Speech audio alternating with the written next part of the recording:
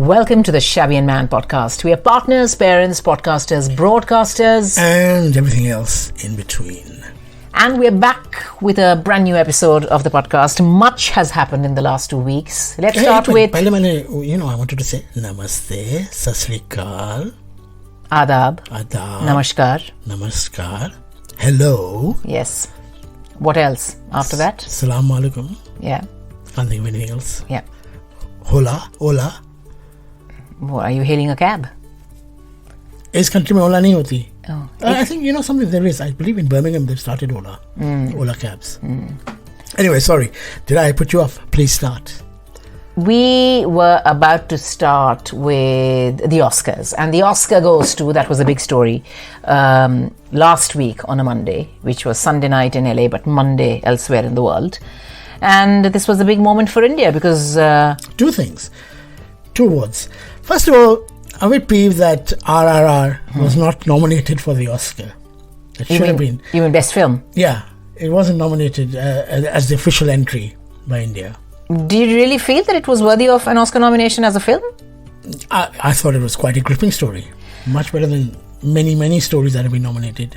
Yeah, that's true. But I would still say that considering the other films that have made the shortlist... Oh, do you think it was because it was such a anti-colonialist type of movie against the Britishers that would throw the dead again? We better not put it in contention.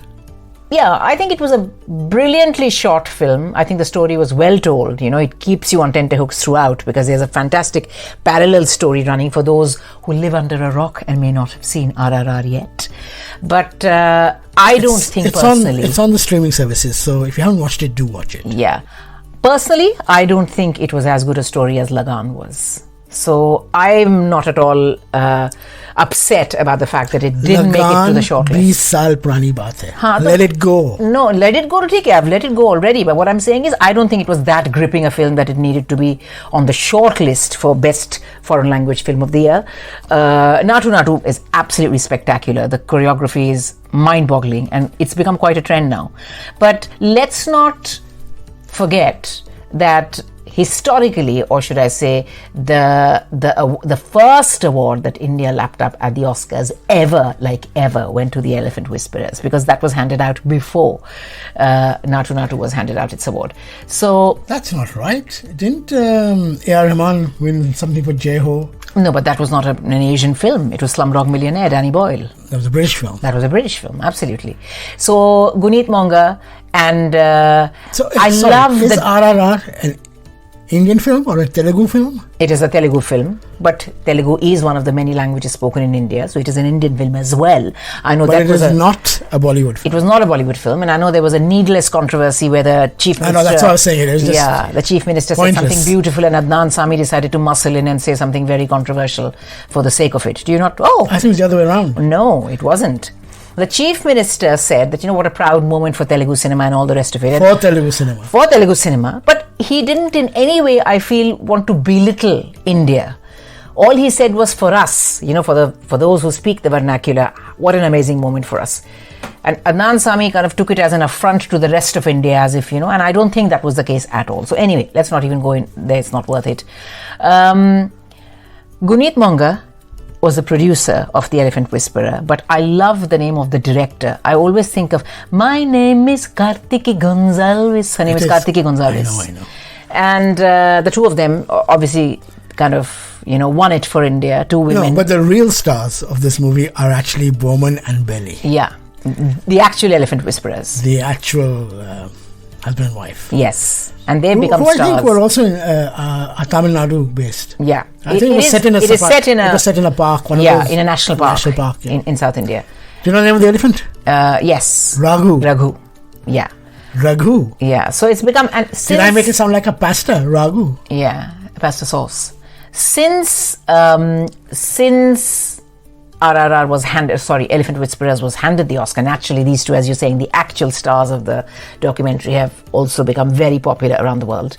And again, there was another controversy around this as well. I don't know if you heard. Many people on social media, it doesn't take much for people to get peeved on social media, right? And go into meltdown, which is what attracts people to Twitter. That is what I was going to say. That is what Twitter is for. Yeah. Twitter is for two things. complaining. Yes. That, And having a meltdown. My plane ticket was so-and-so, or my service was not My good. baggage was sent to, I went to Kenya while my baggage was sent to Moscow. That's one reason to complain. Yeah. And what's the other reason for Twitter? To go into meltdown. Just air your grievances and just kind of have a rant. So a lot of people were very peeved about the fact that, the Oscars, they give you about 45 seconds to make your speech, and a soft music plays in the background, which is what keeps time for you, right? Which tells you your time is up, please get off the stage. So they were saying that... That's always happened, that's not a new thing. No, I know, but what these people are pointing out is that, given the fact that this was India's first award ever, they should have been slightly lenient, because Kartiki Gonzalez gave her award-winning speech, and that apparently took up all 45 seconds. And when it was Guneet Monger's turn, the camera panned away and they cut her off. And you know how people are. But in the very next category, when there were some white people who won it, then they were allowed to exceed their time. So was it like the Oscars being racist? I don't think so. Yeah, so there was controversies kind of crop up every now and then, and this was one of those.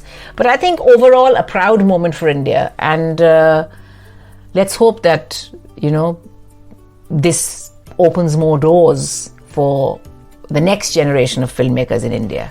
But have you seen how many people are doing the RRR? I'm not the RRR, the Natu Natu dance. Yeah. I've seen the German embassy in Delhi has done a version. Someone put up on Twitter at a Pakistani wedding. Yeah. So it's really catching on. And that dance group, that hip hop dance group, Quick Style. Yeah. I believe they're in India right now. Yeah, so they were. I'm sure they're going to do a version as well. Yeah, they were quite cool actually. Because they did Kala Kala Chashma, didn't they? They made Kala Kala Chashma. Kala Chashma. Oh, I liked it so much I said it twice. So Kala Chashma, they did. That's what made them a household name in India. But on their recent visit to Mumbai, they did a Ravina Tip Tip Barsa Pani, Ravina Tandon's Tip Tip Barsa with Ravina dancing with them. They did a song from Sunil Shetty's film as well with Sunil Shetty dancing with them, and I think they are already very popular, but that was the winning move. You told me that they're a Norwegian Pakistani group, right? Yeah, Suleiman and Bilal. I mean, there's 6-7 of them. Yeah. But these are the two lead dancers. They're Pakistani Norwegian, correct? And talking about Bilal, I saw this movie the other day called Tara versus Bilal. You're absolutely right. You saw it. Good job you didn't say we saw it, because I fell asleep 10 minutes into the film. You totally missed it. It was shot in London. Yeah. Do you know that? If I'm a Londoner, watching the streets of London in a cinema, in a movie is not going to fascinate me, will it? Or do you think the other way, that, if they're showing glimpses of what is your home, you should be that much more intrigued? I am. I said, I recognize that. What did you think of the film? You don't get that kind of urge. I suppose so. What did you think of the film? It was all right. I mean, if I'd gone to the cinema and bought a ticket, I might have been a bit disappointed, but I saw it on TV. Yes. Speaking of a Norwegian Pakistani group, Norway has been in the news lately a lot because of Rani Mukherjee's recent film, Mrs. Chatterjee vs. Norway, which is based on real life incidents. It is about a Bengali family that moves from Calcutta to Norway. And it is about social security in Norway. A child was taken into care. Children were taken into care. 2 young kids were taken into care because she feels that it was because of their ignorance of Indian culture, as she says in the promo in the film, that because I fed them with my own hands, I allowed them to sleep with me in bed, in the same bed. These are things that are frowned upon in the West, and because of their sheer ignorance of how things are done back in India, they felt that it was neglect or child abuse or whatever, and they took her kids away from her, and apparently she fought a long and hard battle to win custody of her children, win back the custody of her children again. The trailer with Rani Mukherjee in it annoyed me very much because Rani Mukherjee speaks this Bangla Hindi, which one can tolerate for a few minutes, but not for the entire duration of a film. That's what I felt. You feel it because I am a Bengali. Yeah, I didn't feel it at all. Yeah, all my non-Bengali friends say that that's not our problem at all. We didn't have a problem with that. I had a couple of problems. I think that has been too finicky. No, I had a couple of problems with the promo. Firstly, it was this horrendous Bangla Hindi, which I admit many people in my own family, those who live in Calcutta, I'm sure they speak that way, but I didn't see the point of making the film entirely in that kind of Hindi, where Rani Mukherjee is an actress who speaks perfect Hindi. It's called authenticity. Yeah, Authenticity. Sorry? Authenticity. Yeah. इतना ही authentic बनाना था तो बंगाली में बनाते, हिंदी में dub करते, English में subtitle करते. Talking about Bengali films, we saw Bengali films. No, but I'm not done with this yet. There's another problem I have with Mrs. Chatterjee versus Norway, which is that clearly some fool cut the trailer because they've given you the entire story in the trailer. कि हम Mrs. Chatterjee, Norway का social service हमारा बच्चा हमसे ले लिया because हम as a माँ उनको अपने हाथों से खाना खिलाया और हम उनको अपने बिस्तर में सुलाया. If they had just made it about the fight of a mother whose children were taken into custody and left it at that, I think more people would have been curious to go to the cinema and find out why. Here you're giving away the entire film in a 20-second promo. It's all right. Many movies do that. Now let's talk about the Bengali movie we saw. Now the reason I'm asking you and looking at you is because I cannot remember the name of the Bengali film. It was a very hard name to pronounce. What was it called? Punoshcho. Which means footnote. Now, it means footnote? Yeah. Right. I wish you told me that before, because what we did was we watched it in Bangla, but I had the subtitles on at the same time. Yes. Though, of course, I understand Bangla. I'm a Bengali jamai. किंतु हमें बांग्ला बुझी ना. एक ही sentence क्या 25 साल तक चलाओगे आप? But yeah, I mean I got the gist, but I like the subtitles on just to. It's my comfort blanket. Yeah. It was a good movie, very slow movie. Slow movie, but very arty movie, and I was blown away by Rupa Ganguly, who I only knew as Draupadi from Ramayana that we saw growing up on Doordarshan. Yeah, now this is quite an old movie. It's about 10 years old. Yeah. But it's just come onto the streaming services, I think. So. Yeah. And I enjoyed it. I think it held even though it was slow, it held my attention till the end because there was a sinister twist, obviously, in the plot, which the blurb doesn't give away, thankfully. So yeah, that was Punoshcho. That is so much for Bengali cinema. There are other things that have been making the headlines in this country, being picked up by news channels around the world, which was Gary Lineker's big story last weekend. Yeah, now that's the question. Impartiality in the BBC, or is it impartiality at the BBC? Big debate.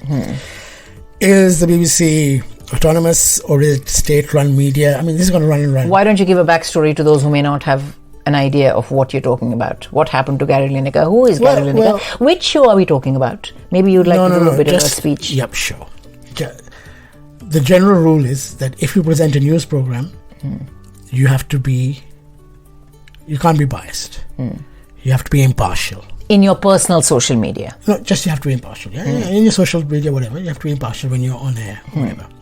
No, but if you're a sports presenter, Gary Lineker used to be the captain of England. Yeah. In football. Great player. He played for England. He played for Tottenham. He played for Barcelona. He's the highest paid man on the BBC. And he's the highest paid man on the BBC, and he does a sports program. Yeah. He does many programs, but he does a sports program. And in his he did a personal tweet about migrants. The government's migration policy. Yeah. Yeah. What he thought of it. Yeah. And now, was there pressure put on the BBC to kind of suspend him? He was suspended for a week. Yeah. He came back on. Yeah. And it's a big debate that is, this is democracy. Can you actually tell people what they should think? If they're not news presenters, I understand news presenters should be impartial. Let's not talk about Indian TV, because I don't think there are impartial news presenters there. I can think of quite a few, but I won't. Yeah. Why are you so afraid of controversy? Because why do you always sit on the fence? That's no fun. You should have a bit of spunk. You should have some courage. Yeah? Courage in which aspect? And you should be able to say on a public platform like a podcast what you actually believe in, and not just sit on the fence and say, oh, maybe, okay, moving on. No more about Mrs. Chatterjee. All right, okay, so, No, the fact of the matter was, I think the nation was behind Gary Lineker. Got it in for me today, haven't you? Yeah. No, it's half-half. I don't think it was half and half. The verdict was clear. The MPs and all. The fact that such a controversy. The MPs and all, 30 MPs wrote to the BBC. They might have written to the BBC, but the fact is that virtually all of Gary Lineker's colleagues resigned in protest, saying that if he's going to be taken off, we are not going to do it either. And it snowballed into such a big story because everybody felt that the BBC was being very stern and that it was. No, but you have to look at both sides. The fact that his tweet had nothing to do with football. Mentioned Germany of the 1930s Yeah. was very, it was quite inflammatory. well, inflammatory. It was, Yeah. but it was quite contentious as well. Yes. You could see where I was going with that. couldn't Yes, I could. you? Yeah. So no, but I'm from. You So there are can't many have people who say that fine, he can have his views, but he shouldn't have implied what he implied. I disagree with So that. I think a man. that is where the problem is. That it's like stoking the fire. He's the highest paid guy. He's got 9 million I know. followers. And All I this speak. adds to the thing. I am completely on his side, and this is a black and white. You can't have a grey and say that maybe, but you have to look at it from both sides. Either you thought it was the right thing, or you think it was the wrong thing. I think it was the wrong thing to suspend him, because I feel that there are far too many people. I'm a Gary Lineker fan. I think it was fine. Absolutely. Everything he said. But I can understand the other point of view, is what I'm saying. No, because it was You have to see both sides. You're not seeing both sides. You're just one of those that because this is my view, the other view must be wrong. You have to see everything. You have to be at the end of the day, my view balanced. doesn't count. But I think that he held himself with great dignity while the debates raged on, and he did the right thing. And the most beautiful thing he wrote was, after he was reinstated as the presenter of Match of the Day, was that no matter how hard things were in the last few days, they weren't as hard as things it is for the migrants who have to flee their country and leave their home. What a beautiful thing to say. For those that don't know, this is specifically about those that are crossing over in boats. Yeah. Which the present government is trying to stop. Yeah, from the English Channel, right? So what a beautiful thing to say. And I completely stand with him, because I feel there are far too many people in the media who try to arm twist and who think that aggression and arm twisting is the answer to their woes, which it isn't. And if we live in a world of Twitter and Facebook and Instagram, where people are putting everything out there about what they eat, what they wear, when they sleep, how they dress, I think people should be allowed to express their candid opinions on matters, as long as they are not flouting guidelines, which in this case specifically said, if you're a football pundit, then you're not allowed to show a bias in your field of work. That's where you're wrong. Why? That is the whole controversy. It says if you're a football pundit, you can tweet things. No, of course not. You cannot tweet things if you're in the news, if you're a newsreader. No, so that's what I'm saying. That's why there was a controversy. I know. It was very blurred, the lines. That is what the BBC kind of threw at him, saying that, why did you have an opinion on something which is not related to the football, which is not, he didn't break any rules there. No, he was well within his rights to speak about something that clearly, and I'm sure he's such a high-profile man who's been a star, as you're saying, in this country for 30 years, 40 years. He's not going to flippantly write something unless he really feels strongly about it. He knows that his word carries a lot of weight. He's not going to just, for the sake of stoking the fire, as you're saying, or setting the cat among the pigeons, just say something flippantly. It must be something which is very close to his heart, or something that he feels about very strongly. Kya bura kiya usne? No, but the story has moved on from there. The story is not about Gary Lineker and what he tweeted. It's about the BBC and Impartiality now. No, the story is, was pressure applied to the BBC by the government to take him off air? Yeah. That is what we're waiting to find out. Because this is a first world country where democracy still thrives, at least we are having that debate. As you're saying, in many other countries we know there would be no question. Things wouldn't even get to this. Everybody would be silenced and things would be brushed under the carpet long before they got to this stage. So I think a lot to be said for a democracy where, by and large, people are allowed to air their views. Now, shall we move on? Yeah, let's. This last week you've been spectacularly busy. Why can't you get any word out today properly? Can you not see कि मेरा दांत निकल गया?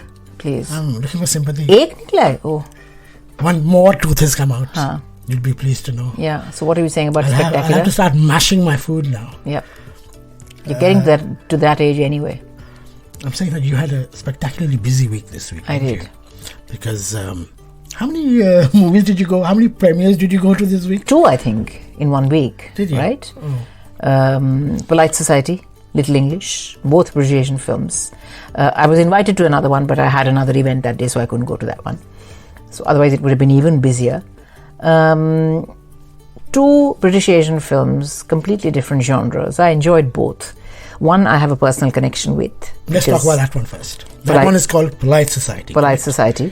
And let me tell talks you. about two sisters. And let me tell you about your involvement. Yes. For people who might be intrigued, you went and did, what is the posh word for it? ADR? Yeah. Yeah, I didn't know what ADR was. I had to Google it. But basically, it's behind the scenes dubbing for those atmospheric scenes and all. Yes. So you had done that for this movie quite some time ago. 6 months ago, last summer. Was it last summer? As soon as I came back from India after my holiday last summer. And it wasn't just me and 4 other girls.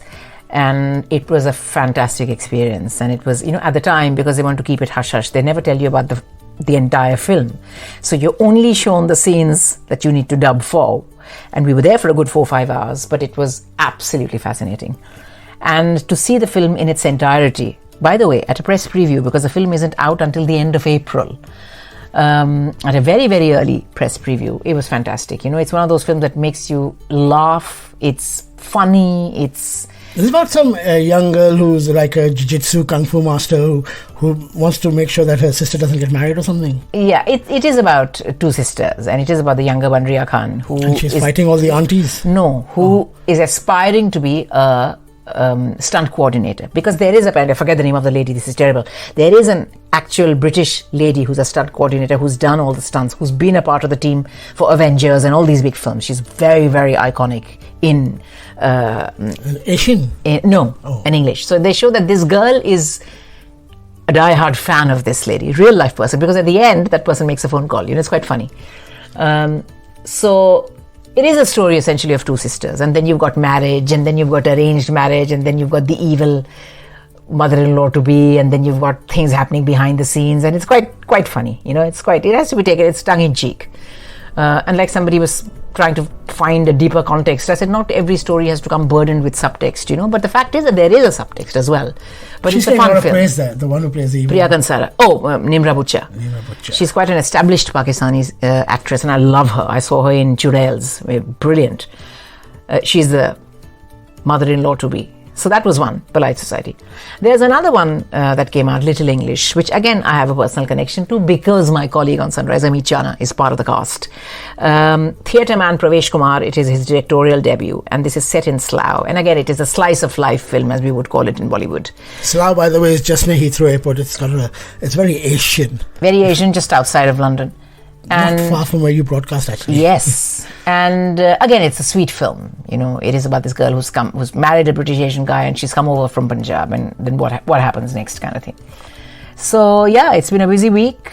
2 small but very interesting British Asian films, both championed by big studios, like Working Title, Studio Canal. We're looking at big names who've put their money behind it.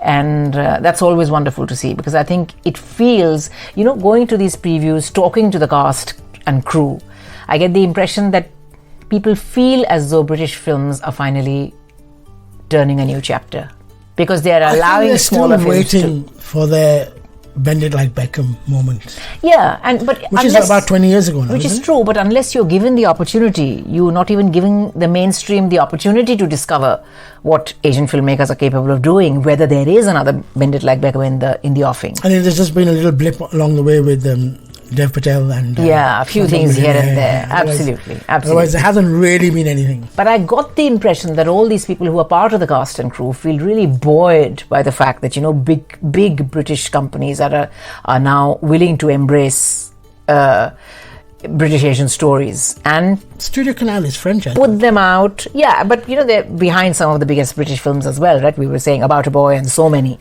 That's Working Title. Working Title. So... they're willing to give the mainstream audience a chance to assess for themselves whether they like it or not, which is fantastic. Otherwise, quietly ये release होती हैं छोटी-छोटी, Asia-centric neighborhoods में, Asian neighborhoods में, और चली भी जाती हैं, किसी को पता भी नहीं चलता है. But I think once they are backed by big film studios, promo, publicity, production, everything happens on a different scale, which is fantastic to see. Well, that's it, I think. I was going to say, bye-bye bole phir. Yes.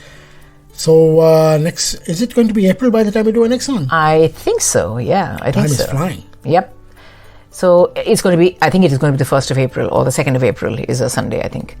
So, until next time, until next month, look after yourself. Thank you so much for tuning into the Shabby And Man podcast. Please spread the word, give us some love, let us know on social media, and have a great 2 weeks until we see you again. Shukriya. Sayonara. Sayonara. Sayonara. I know. I was singing your Sayonara. Yeah, I know. Yeah? It's a good job that we don't edit anything, because there's no rewind button here. Yes. Sayonara. Does sound like Tayanara. You could have just said bye-bye. Sasrikal. वो तो मैंने पहले भी बोल दिया था. Just press that stop button now, okay? I have to say bye-bye in arrivederci. You know, arrivederci can be hello or goodbye in Italian. Yes. Let me think of some other one. Au revoir. Au revoir. Don't say bonjour now. इसी में goodbye.